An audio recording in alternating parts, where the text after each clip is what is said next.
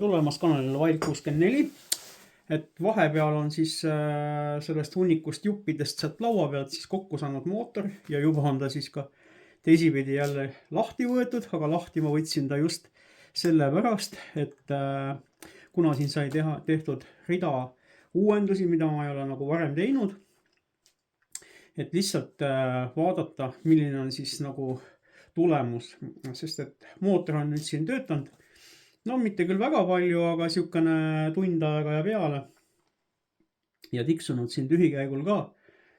Et kuna ilma väga väljas praegu ei ole, siis ega siin jah testida väga ei saa. Et siukene poriauk, ütleme, et jah, pori käib üle pea.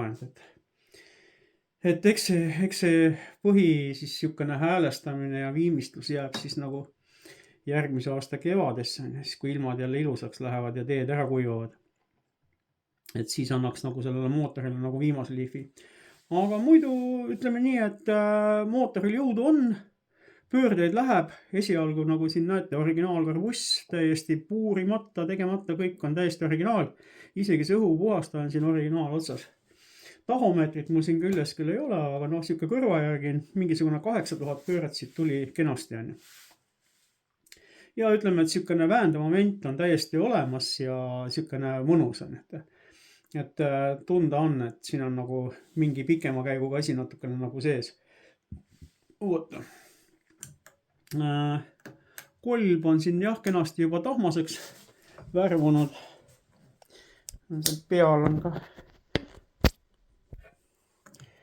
natukene on siin näha ka need ülepuhke jälgi, aga jah, mitte midagi enamat on, sest ta viimase lõpu mul mingisugune 10 minutit lihtsalt tuksus siin koha peal. Et sellega ta on üldiselt kõik siin selle ülepuhke jälje nagu kõik siin ära tahmatanud on.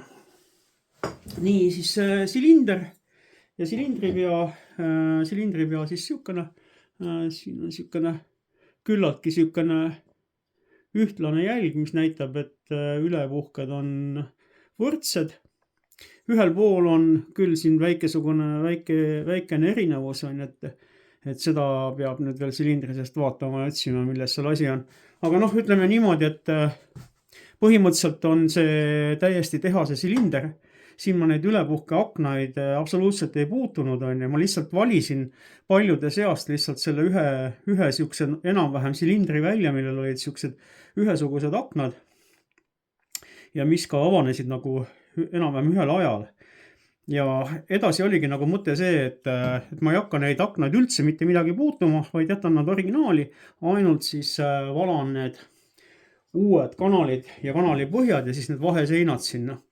Ja vaatab, kuidas moodi see asi ennast siis nagu õigustab on. Ütleme, et peale seda tundi aega tööd, kohe panen natukene valgust juurde. Näeme siia silindri sisse ka. Ütleme nii, et kanale põhjas on ilusti vaheseinad on kõik olemas. Oot. Mingid kokkujooksu jälgi ei ole. Ja see osa on ja mis sai nüüd siin ära pikendatud on. Põhimõtteliselt see ka nagu peab siin 100%, et kuskilt nagu midagi läbi ei jookse on. Oota. Et siukene lugu selle silindriga, et põhimõtteliselt selle liimiga nagu saab teha küll, ütleme neid kanaleid. Aga võib-olla peab selles liimi maailmas natukene nagu ringi vaatama, et võib-olla on mingisugused veel ägedamad ja paremad liimid või mida nagu rohkem nagu kasutatakse niisuguste mootorite asjade juures, sest mina lihtsalt praegu võtsin praktiliselt esimese kätte juhtu on ja tegin sellega ära, et lihtsalt enda jaoks tõetada, kas see on üldse võimalik on.